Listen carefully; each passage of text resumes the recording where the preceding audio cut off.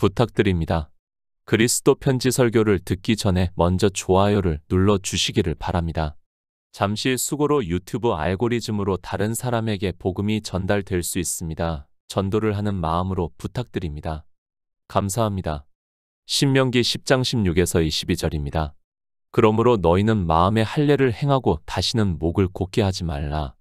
너희의 하나님 여호와는 신의 신이시며 주의 주시오 크고 능하시며 두려우신 하나님이시라. 사람을 외모로 보지 아니하시며 뇌물을 받지 아니하시고 고아와 과부를 위하여 신원하시며 나그네를 사랑하사 그에게 식물과 의복을 주시나니 너희는 나그네를 사랑하라. 전에 너희도 애굽 땅에서 나그네 되었었음이니라.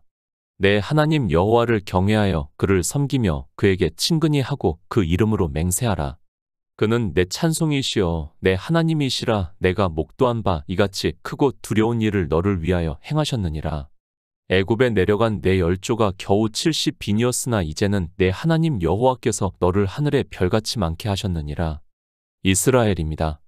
하나님께서는 아브라함과 이삭과 야곱의 자손인 이스라엘을 선택을 하시고 하나님께서 구원을 하시는 서정을 나타내시고 있습니다.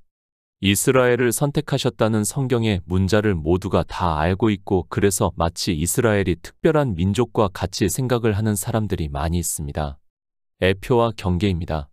그들을 통해서 하나님께서 우리 피조물들에게 생명을 얻게 하시고 구원을 하시는 것을 나타내시고 있다는 것을 깨달아야 합니다. 그들은 절대로 특별한 민족도 아니고 대단한 민족도 아니라는 것을 알아야 하고 다만 이스라엘이 아니더라도 하나님께서는 어느 민족을 택하셔서 구원의 경륜을 나타내시고자 했다는 것을 깨달아야 합니다.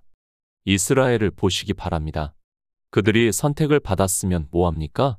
우리가 잘 알고 있듯이 애굽에서 나온 20세 이상 선악을 분별할 수 있는 남자 중에서 여호수아와 갈렙 두 사람 외에는 어느 누구도 젖과 꿀이 흐르는 그러니까 천국을 모형으로 하고 있는 가나안 땅에 들어가지 못했다는 것을 말씀을 하고 있습니다. 이스라엘아. 물론 직접적으로 이스라엘에게 하고 있는 말씀이기도 합니다. 그러나 그 육적인 이스라엘에게 하는 말씀이 아니라는 것을 알아야 합니다. 그래서 사도 바울이 로마서에서 표면적 유대인이 유대인이 아니여 이면적 유대인이 유대인이라고 말씀을 하고 있지만 그저 성경을 보고 그 문장에서 단어를 아는 것으로 하나님의 말씀을 안다고 생각을 하고 있습니다. 이스라엘아. 오늘날 내 행복을 위하여 내게 행하는 여호와의 명령과 지킬 것이 아니냐고 말씀을 하고 있습니다. 이 행복이라는 단어가 성경에 단 4번 말씀을 하고 있다는 것을 알아야 합니다. 물론 한글 개역 성경의 번역에서는 그렇지만 우리 피조물의 행복이 무엇인가를 잘 가르쳐 주고 있는 말씀이라는 것을 깨달아야 합니다. 인생입니다. 아니, 온 우주에 있는 피조물입니다. 그것들은 하나님의 시간에서는 잠깐이라는 것을 깨달아야 합니다. 아무리 우주가 138억 년 전에 빅뱅이 있었다고 해도 그것을 깨달아야 우리가 창조주 하나님에 대해서 아주 조금이라도 더 가까이 갈 수 있다고 저는 믿고 있습니다. 창조물들입니다. 그것은 잠시 잠깐이라는 시간 속에서 존재를 한다는 것을 바로 알아야 합니다. 그러나 하나님의 나라는 영원하다는 것을 성경에서 말씀을 하고 있습니다. 우리 피조물들로서는 하나님 나라에 대해서 도무지 깨달을 수 없지만 성경에서 증거를 하기 때문에 우리는 그렇게 믿고 있습니다. 그런 존재입니다. 내가 누군가를 알아야 하나님을 믿을 수 있고 하나님께서 우리에게 주시고자 하는 유업이 무엇이고 그것이 얼마나 대단한가를 아주 조금이라도 깨달을 수 있다고 믿고 있습니다. 그러나 이 시대 종교 안에 있는 사람들을 보면 그런 잠깐 보이다가 사라지는 피조물을 너무도 중요시하고 있고 그래서 하나님 나라를 보너스와 같이 생각을 하고 있습니다. 보너스가 아닙니다. 성경은 우리에게 하나님 나라에 대해서 말씀을 하고 있습니다. 창세기에서 태초에 하나님이 천지를 창조하시고 성경의 모든 말씀을 마치는 요한계시록에서 사도 요한에게 하나님 나라를 환상으로 보여주시면서 우리가 가야 하는 젖과 꿀이 흐르는 땅 하나님 나라에 대해서 믿음으로 역사를 하게 하고 있지만 성경을 전체적으로 보는 것이 아니라 부분적으로 보고 있습니다. 영생의 말씀입니다. 그리스도 편지에서 증거를 하고 있는 모든 말씀은 영생에 대해서 말씀을 하고 있습니다. 아니, 성경 전체가 그것을 말씀을 하고 있기 때문에 저는 그렇게 말씀을 전할 수밖에 없습니다. 제가 영생 외에 다른 것을 전한다면 형벌을 받는 자가 된다는 것을 너무도 잘 알고 있기 때문에 차라리 예수 그리스도를 안 믿고 말지 거짓을 전하고는 싶지 않습니다. 신명기 10장 16절입니다. 그러므로 너희는 마음에 할례를 행하고 다시는 목을 곧게 하지 말라. 여호와의 명령과 규례를 지키라고 말씀을 하고 있습니다. 그 말씀을 연결을 해서 설명을 하고 있는 말씀이라는 것을 알고 성경을 보아야 합니다. 그러니까 하나님의 명령은 영생인데 그 영생에 대해서 더 풀어서 말씀을 하기 위해서 그러므로 라는 부사를 써서 풀어주고 있다는 것을 알고 성경을 보아야 합니다. 국어입니다. 정말 다시 말씀을 하지만 우리는 언어에 있어서만큼은 복이 있는 민족이라는 것을 깨달아야 합니다. 사실 이런 말씀들이 히브리어나 헬라어에서는 명확하게 표현을 할 수 없다는 것을 알아야 합니다. 그런데도 신학자라고 하는 사람들이 자기들이 배운 히브리어나 헬라어의 지식을 자랑하기 위해서 국어를 폄하를 하고 있는 것을 볼 수 있습니다. 이스라엘아, 그들에게 하나님께서 요구하시는 것이 영생이라는 것을 이미 앞에서 말씀을 하셨습니다. 그러고 나서 그러므로 라는 부사를 써서 앞에 있는 말씀을 다시 풀어서 말씀을 하고 있습니다. 우리가 영생을 얻는 데 있어서 한글은 어느 언어보다 더 유리하다고 저는 믿고 있지만 피조물들이 자기 지식을 자랑하느라 방언의 은사를 무시를 하고 있습니다. 할례입니다. 우리는 이 할례에 대해서 바로 알아야 합니다. 그저 이스라엘의 남자들의 표피를 자르는 그런 행위로만 생각을 하지 마시기 바랍니다. 성경은 의미가 중요하지 그런 표면적인 것은 그저 그림자에 불과하다는 것을 깨닫고 성경을 보아야 합니다. 이스라엘입니다. 그들은 율법에 기록이 되어 있는 그대로 난지 8일 만에 할례를 행했습니다. 이 할례가 얼마나 중요한가를 출애굽기에서도 말씀을 하고 있습니다. 그러니까 그들이 애굽에서 나올 때 유월절을 지키는 데 있어서 유월절을 먹을 때 이스라엘이 아니더라도 이방인이라도 할례를 행한 후에 먹을 수 있다는 것을 말씀을 하고 있습니다. 그런데 신명기에서 말씀합니다. 너희는 마음에 할례를 행하고 다시는 목을 곧게 하지 말라고 말씀을 하고 있습니다.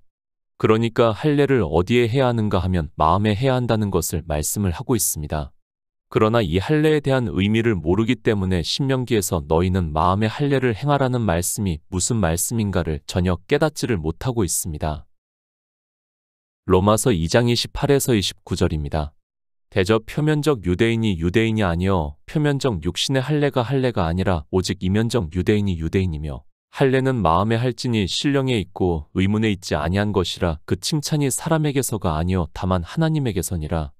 이스라엘아, 하나님께서 지금 누구에게 하고 있는 말씀입니까? 육적인 이스라엘을 보고 이스라엘아 라고 말씀을 하고 있습니까? 그것이 아니라 주님께서 요한복음에서 말씀을 하신 것과 같이 하나님의 명령인 영생을 얻은 성도들에게 하고 있는 말씀이라는 것을 알고 우리는 신명기의 말씀을 보아야 합니다. 누가 이스라엘입니까? 아니, 누가 유대인입니까? 그것을 사도 바울이 로마서에서 말씀을 하고 있습니다. 대저 표면적 유대인이 유대인이 아니여 표면적 육신의 할례가 아니라고 말씀을 하고 있습니다. 그러니까 신명기에서 이스라엘아 라고 부르는 이스라엘은 표면적 유대인이 아니라 이면적 유대인인 하늘의 백성 이스라엘을 말씀을 하고 있다는 것을 알고 성경을 보아야 합니다. 성경입니다. 그 말씀만 보고 풀 수 있다고 생각을 하지 마시기 바랍니다. 모든 성경은 예수 그리스도에 대해서 증거를 하고 있고 모든 성경 말씀에서 예수 그리스도에 대해서 증거를 받고 있는 성도만이 성경을 풀 수 있다는 말씀입니다. 그러나 안타깝게도 그렇게 성경을 보는 사람이 거의 없다는 것을 알 수 있습니다. 할례입니다. 갈라디아서에서 사도 바울이 이 할례를 가지고 말씀을 하고 있습니다.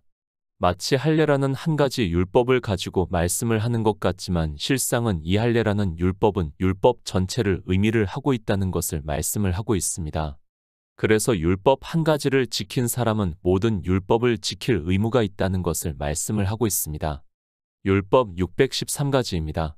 그것을 대표하는 것이 바로 할례라는 말씀입니다. 그래서 로마서에서 이면적 유대인이 유대인이며 할례는 마음에 할지니 신령에 있고 의문에 있지 아니한 것이라고 말씀을 하고 있습니다. 그러니까 율법을 전체 다 지키는 것은 신령에 있는 것이지 우리가 성경의 문자를 보고 지키는 것이 아니라는 말씀입니다. 이면적 유대인입니다. 그것을 신명기에서는 이스라엘아 부르고 있습니다. 그러니까 신령에 있어서 거룩함을 얻은 생명이 있는 성도에게 하고 있는 말씀입니다. 이렇게 할례라는 율법은 단지 할례 그 한 가지를 말씀을 하는 것이 아니라 율법 전체를 말씀할 때도 할례라고 말씀을 하고 있고, 그렇게 율법 전체를 지켜 신령에 있는 것을 마음의 할례를 행하는 것이라고 말씀을 하고 있습니다. 무슨 말씀입니까? 예수 그리스도께서 이 세상에 오셨습니다. 그리고 이 세상에 오셔서 율법을 완전케 하셨다고 말씀을 하고 있습니다. 오직 예수 그리스도 그분만이 율법을 완전케 하시고, 그래서 그에게는 죄가 없다는 것을 말씀을 하고 있습니다. 그리고 의롭다 하심을 받으시고 영으로 부활을 하셨습니다. 그리고 우리 성도들이 그 구속의 일을 믿음으로 해서 예수 안에 있는 영이 거하신다고 말씀을 하고 있습니다. 바로 이 말씀입니다. 이렇게 예수 안에 있는 거룩하신 이의 영이 우리 안에 거하는 것을 마음의 할례를 행하라고 말씀을 하고 있습니다. 그러니까 예수 그리스도께서 이 세상에 오셔서 율법을 완전케 하신 것을 성경에서 증거를 받아 믿음으로 해서 마치 율법을 다 지킨 것과 같이 마음으로 믿어 할례를 행한다는 것을 말씀을 하고 있습니다. 마음의 할례를 행합니다.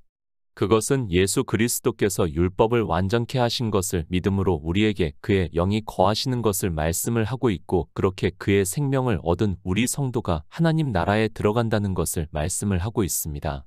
그것을 은혜라고 말씀을 하고 있고, 그래서 신명기에서는 다시는 목을 곧게 하지 말라고 말씀을 하고 있습니다.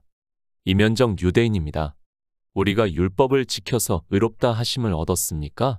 그것이 아니라 율법에 기록이 된 것과 같이 가난한 우리가 예수 그리스도께 꾸어, 그러니까 주님께서 완전케 하신 율법의 의를 믿음으로 의로운 생명이 우리 안에 거하시고, 그래서 목을 곧게 하지 말라고 말씀을 하고 있습니다.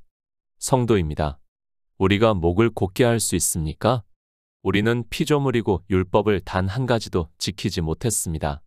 그러나 예수 그리스도께서 이 세상에 오셔서 율법을 완전케 하신 것을 마음으로 믿고 있고, 그것이 마음의 할례를 행하는 것이 됨으로 해서 목을 곧게 하지 않는다는 말씀입니다.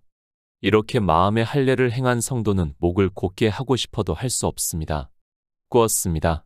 주님으로부터 얻었습니다. 우리가 지킨 것이 있어야 목을 곧게 할 것이 아닙니까?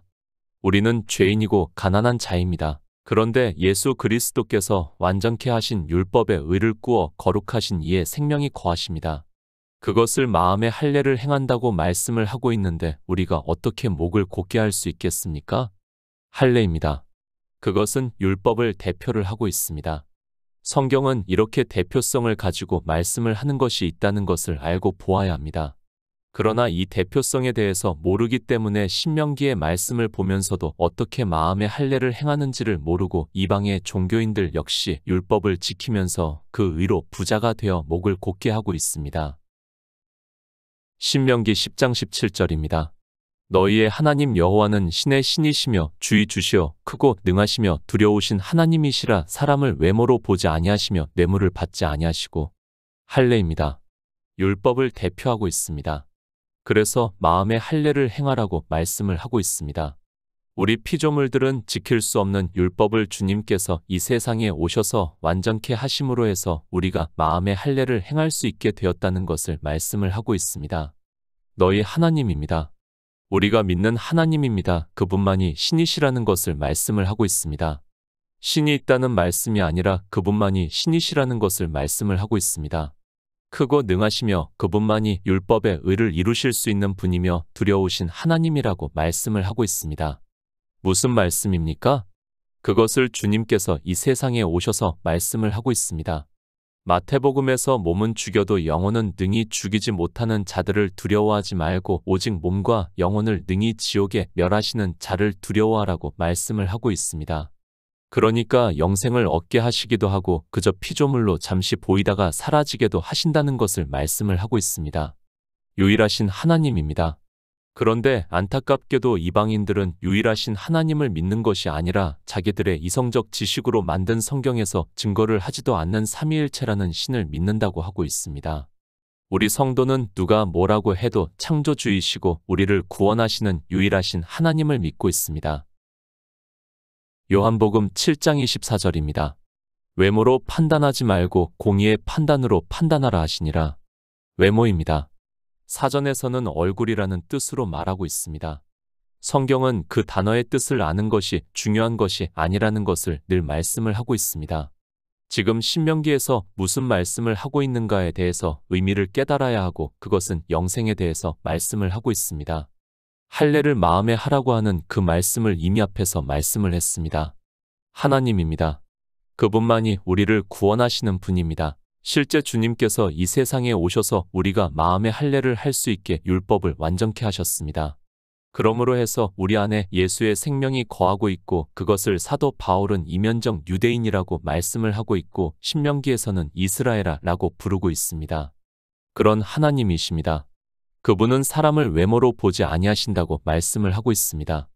그러니까 그 사람의 얼굴을 보지 아니하신다고 말씀을 하고 있습니다. 무엇에 대해서 그런가 하면 영생을 얻게 하는 데 있어서 사람을 외모로 보지 아니하신다는 것을 말씀을 하고 있습니다. 유대인들입니다. 그들이 어떻게 외모로 보았습니까? 주님께서 유대인들에게 외모로 판단하지 말고 공의의 판단으로 하라고 하신 그 말씀 앞에서 내가 안식일에 사람을 건전케 한 것으로 인하여 너희가 나를 노여워하느냐고 말씀을 하고 있고 그것은 죽이려고 한다는 말씀입니다. 안식일을 지키는 일입니다. 주님께서는 이 세상에서 오셔서 실제 병자를 고쳐주셨습니다. 그러나 그것은 다 영적인 의미가 있는 병자들입니다. 그것을 보고 유대인들이 안식일에 어겼다고 하면서 주님을 죽이려고 하는 것을 말씀을 하시면서 외모로 판단하지 말고 공의의 판단으로 판단하라고 말씀을 하고 있습니다. 안식일을 지킵니까? 그리고 주일이라는 날을 지키고 있습니까? 그런 것으로 영생을 얻는 것이 아니라는 것을 이미 신명기에서 말씀을 하고 있습니다. 그런데 유대인들은 안식일을 생명과 같이 생각하고 지키고 있고 이방인들 역시 주일이라는 날을 그렇게 지키고 있습니다. 그러나 하나님께서는 사람을 외모로 보지 아니하신다고 그러니까 영생을 얻게 하는 데 있어 그런 것으로 하지 않는다고 말씀을 하고 있습니다. 코로나 시대입니다. 그래서 예배들을 못하고 있습니다. 그런데 많은 종교인들이 주일이라는 날을 지키면서 방역에 폐를 끼치고 있습니다. 왜 그런가 하면 그들은 자기들이 지키는 주일이라는 날을 지키지 않으면 안 된다고 생각을 하기 때문입니다. 그러나 하나님께서는 그런 주일이라는 날을 지키는 것으로 영생을 얻게 하신다고 말씀을 하지 않고 있습니다. 이 시대 종교인들이 얼마나 성경에서 어긋나는 일을 하고 있는가를 우리는 바로 깨달아야 합니다. 영생을 얻는 일입니다.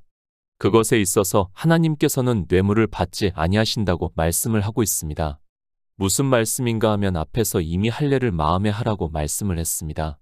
그렇게 마음에 할례를 하면 영생을 얻는데 자기들이 지키는 율법의 의로 영생을 얻으려고 하는 것을 뇌물이라고 말씀을 하면서 피조물이 지키는 율법의 의를 받지 아니하신다고 말씀을 하고 있습니다. 공의입니다. 그것은 예수 그리스도께서 이 세상에 오셔서 율법을 완전케 하신 의를 말씀을 하고 있습니다. 그러나 유대인들도 그렇고 이방인들 역시 하나님께 자기들이 지킨 율법의 의를 드리려고 하고 있습니다. 그것이 뇌물이 되고 받지 않는다고 말씀을 하고 있지만 굳이 그것을 드리겠다고 하면서 스스로 진노를 자청하고 있습니다. 신명기 10장 18절입니다.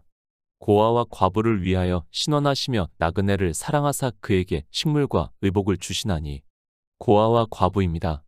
우리 성도들을 지칭하는 비유적인 말씀이라는 것을 이제는 다 알고 있습니다.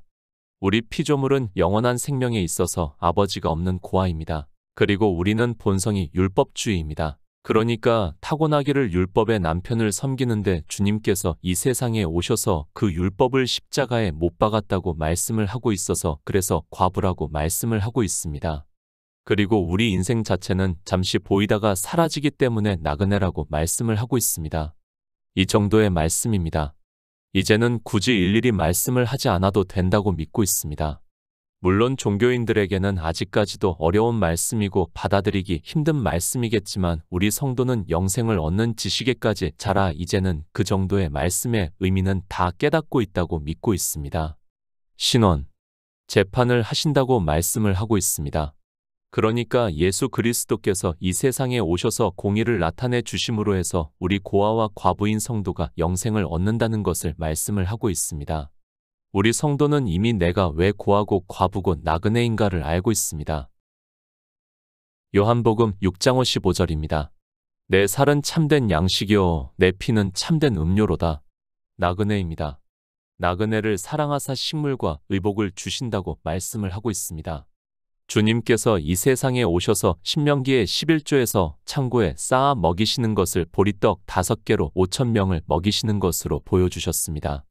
그리고 내 살은 참된 양식이요 내 피는 참된 음료라고 말씀을 하고 있습니다. 성경입니다. 우리가 보고 있는 성경은 예수 그리스도에 대해서 증거를 하고 있고 그 증거를 받는 성도가 주님의 살과 피를 양식으로 먹음으로 해서 영생을 얻는다는 것을 말씀을 하고 있습니다. 그것을 신명기에서는 나그네를 사랑하사 그에게 식물과 의복을 주신다고, 그러니까 구원의 옷으로 입히신다고 말씀을 하고 있습니다. 이 식물입니다. 이스라엘도 먹지 않았고 이방인들 역시 이 식물을 먹지 않고 있습니다. 그런 그들이 구원의 옷을 입었다고 말을 하고 있습니다. 반드시 유월절을 먹은 성도에게 성령이 오심으로 해서 그가 모든 진리 가운데로 인도하심으로 해서 영생을 얻는다는 것을 말씀을 하고 있지만 이 양식을 어떻게 먹어야 하는지도 모르면서 그저 성경의 문자를 보고 먹었다고 하고 있습니다. 하나님입니다. 우리 인생들을 사랑하십니다. 그래서 우리에게 예수 안에 있는 생명을 얻게 하시고 하나님 나라로 인도를 하시고 있습니다. 그러나 생명의 참 떡을 먹지 않고 있는 사람들은 이 생명에 대해서도 모르면서 그저 구원이라는 단어를 아는 것으로 자기들이 예수 그리스도를 믿고 구원을 받았다고 말을 하고 있습니다. 신명기 10장 19절입니다. 너희는 나그네를 사랑하라. 전에 너희도 애굽 땅에서 나그네 되었었음이니라. 나그네입니다. 우리 인생은 다 나그네라는 것을 알고 있습니다. 그러나 어떻게 사랑해야 하는가를 유대인들도 모르고 있고 이방인들도 모르고 그저 이 세상의 이성적 지식으로 사랑이라는 단어를 아는 것으로 자기들의 행위로 하려고 하고 있고 또 자기들의 종교 안으로 사람을 끌어들이는 것으로 사랑한다고 말을 하고 있습니다. 하나님의 사랑입니다. 우리 성도는 예수 그리스도의 사랑을 받은 자입니다. 그렇게 사랑을 받은 자만이 나그네에게 복음을 전할 수 있다는 말씀입니다. 최고의 사랑은 그가 잠시 보이다가 사라지는 것이 아니라 영원한 생명을 얻게 함으로 해서 하나님 나라에 들어가게 하는 일입니다. 그 일을 말씀을 하고 있습니다. 주님께서 이 세상에 오셔서 모든 구속의 일을 다 이루시고 이제 하늘에 올라가셨습니다. 그리고 우리에게 복음을 전하라고 부탁을 하셨습니다. 그 말씀을 신명기에서는 너희는 나그네를 사랑하라. 전에 너희도 애굽 땅에서 나그네 되었었다고 말씀을 하고 있습니다. 사랑을 받은 자입니다. 그 사람만이 나그네를 사랑할 수 있습니다. 그런데 이방인들은 하나님의 사랑이 무엇인가를 모르고 그저 자기들의 육체의 행위로 사랑을 하려고 하면서 도리어 더 많은 악을 행하고 있습니다. 성경에서는 우리에게 복음을 전하는 것이 사랑이라고 말씀을 하고 있지만 복음이 무엇인지도 모르고 있습니다. 신명기 10장 20절입니다. 내 하나님 여호와를 경외하여 그를 섬기며 그에게 친근히 하고 그 이름으로 맹세하라. 내 하나님 여호와입니다. 그래도 이스라엘은 표면적으로라도 내 하나님 여호와를 경외하려고 했고 섬기려고 했습니다. 그러나 이방인들은 성경에서도 말씀을 하지 않고 있는 삼위일체라는 신을 만들어서 믿는다고 하고 있고 하나님을 경외하지도 않고 섬기지도 않고 있습니다. 우리 성도입니다. 유일하신 하나님을 믿고 있습니다. 그분이 이 세상에 우리 피조물과 같은 형체를 입고 오신 예수 그리스도이심을 믿고 있습니다. 그래서 우리는 예수 그리스도를 믿고 있고 그를 증거를 하기 위해서 복음 전하는 일을 하고 있고 예수 안에서 하나가 되어 그러니까 신명기의 말씀과 같이 친근히 하고 그 이름으로 맹세를 하고 있습니다. 주의 이름으로 선지자 노릇을 하고 있고 주의 이름으로 귀신을 쫓아내고 있습니다. 그러나 이 시대는 불법을 행하고 있습니다. 주의 이름을 부르고는 있지만 그들이 율법을 지킴으로 해서 표면적 유대인으로 살아가고 있다는 것을 말씀을 하고 있습니다. 그러나 신명기에서는 이미 앞에서 할례를 말씀을 하면서 불법을 행하지 않는다는 것을 말씀을 하고 있습니다. 예수 이름으로 명합니다. 이방인들이 무엇을 하려고 하면 다 예수 그리스도의 이름으로 명한다고 말을 하고 있습니다. 그러나 그들은 하나님을 경외하기를 전혀 깨닫지를 못하고 있습니다. 앞에서 말씀을 하고 있는 할례 한 가지만 해도 그들은 이면적 유대인이 아니라 표면적 유대인으로 살아가고 있습니다. 신명기 10장 21절입니다. 그는 내 찬송이시여 내 하나님이시라. 내가 목도한 바 이같이 크고 두려운 일을 너를 위하여 행하셨느니라. 찬송. 이 단어도 거의 법과 마찬가지로 사람들이 이해를 하고 있습니다. 그래서 지금 이방의 교회 안에는 수많은 찬송가를 부르고 있습니다. 무엇이 찬송인지도 모르면서 그저 자기들이 부르는 노래를 하면서 주님을 찬송하고 있다고 생각을 하고 있습니다. 찬송을 바로 아시기 바랍니다. 사도 베드로가 말씀을 하고 있습니다. 찬송하리로다 우리 주 예수 그리스도의 아버지 하나님이 그 많으신 긍휼대로 예수 그리스도의 죽은 자 가운데서 부활하심으로 말미암아 우리를 거듭나게 하사 산 소망이 있게 하신 것을 믿는 믿음으로 영생을 얻는 것을 찬송이라는 말씀입니다. 거듭나야 합니다. 그런데 이 거듭남에 대해서도 전혀 모르는 그들이 자기들의 종교 안에서 부르는 노래를 보면서 찬송을 한다고 하고 있습니다. 그것은 제사지 찬송이 아니라는 것을 알아야 합니다. 내 안에 거듭나는 생명이 거하시는 역사가 있는 것이 찬송이라는 것을 바로 깨달아야 합니다. 거듭남입니다. 내 안에 예수의 생명이 거하시는 것을 말씀을 하고 있습니다. 하나님께서는 그렇게 태초에 있는 생명으로 구원을 하십니다. 그래서 신명기에서 그는 내 찬송이시여 내 하나님이시라고 말씀을 하고 있지만 말씀의 의미는 전혀 모르는 그들이 단어의 뜻을 안다고 하면서 성경을 보고 있습니다. 이스라엘입니다. 그들이 이제 가나안을 목전에 두고 있습니다. 그것은 우리가 영생을 얻어 천국에 들어가는 것을 예표로 보여주시는 말씀입니다. 그것을 이스라엘에게 내가 목도한 크고 두려운 일을 하나님께서 이루셨다는 것을 예수 그리스도께서 이 세상에 오셔서 구속의 일을 이루셨다는 것을 말씀을 하고 있습니다. 영생을 얻는 일입니다. 우리 피조물로서는 감히 상상도 못하는 일입니다. 그러나 종교 안에 있는 사람들은 성경을 너무 쉽게 보고 있습니다. 그리고 그저 자기들의 종교 안에서 율법을 행하는 것을 보면서 자기들이 어떻게 영생을 얻는지도 모르면서 구원을 이야기를 하고 있습니다. 예수 그리스도입니다. 그분은 우리가 믿는 유일하신 하나님입니다. 그분이 이 크고 두려운 일을 이루심으로 해서 우리가 예수 안에 있는 생명을 얻는 자 되어 그 생명으로 하나님 나라에 들어간다는 것을 말씀을 하고 있지만 이 영생에 대해서 어느 누구도 성경대로 전하지를 못하고 있습니다. 그런 그들이 그저 영생이라는 단어를 아는 것으로 말을 하고 있습니다. 신명기 10장 22절입니다. 애굽에 내려간 내 열조가 겨우 70인이었으나 이제는 내 하나님 여호와께서 너를 하늘의 별같이 많게 하셨느니라. 성경입니다. 하나님의 말씀입니다. 무엇을 말씀을 하는가 하면 우리 피조물에게 영원한 생명을 얻게 하심으로 해서 그 생명으로 하나님 나라에 들어가게 하심으로 해서 그 나라를 이루시겠다는 것을 말씀을 하고 있습니다.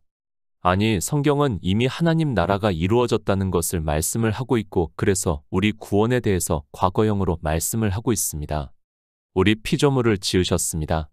그것은 단 한 가지 목적입니다. 그저 잠시 보이다가 사라지는 안개와 같은 우리 피조물들에게 하나님께서 이 세상에 오셔서 생명을 얻게 하심으로 해서 하나님 나라를 이루시는 일입니다. 그것을 지금 신명기에서도 말씀을 하면서 이스라엘을 예표로 해서 내 열조가 겨우 70인이 애굽에 내려갔지만 이제는 내 하나님 여호와께서 너를 하늘의 별같이 많게 하셨다고 말씀을 하고 있습니다.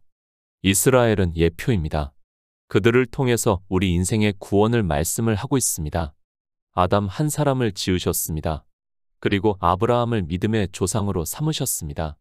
그리고 믿음으로 말미암은 아브라함의 자손을 창세기에서 말씀을 하신 것과 같이 하늘의 별과 같이 많게 하신다는 말씀입니다. 영원한 생명입니다. 그 생명을 얻은 자가 이제 하늘의 별과 같이 많다는 말씀을 하고 있습니다. 이 말씀은 주님께서 다시 오실 때 하나님 나라가 이루어지는 것을 비유로 해서 말씀을 하고 있고 우리 피조물들이 그렇게 허다한 자들이 구원을 받아 하나님 나라에 들어간다는 말씀을 하고 있고 실제 요한계시록에서 흰 옷을 입은 자로 말씀을 하고 있습니다. 오직 하나님께서 이 일을 이루심으로 해서 영생을 얻는다는 것을 말씀을 하고 있습니다.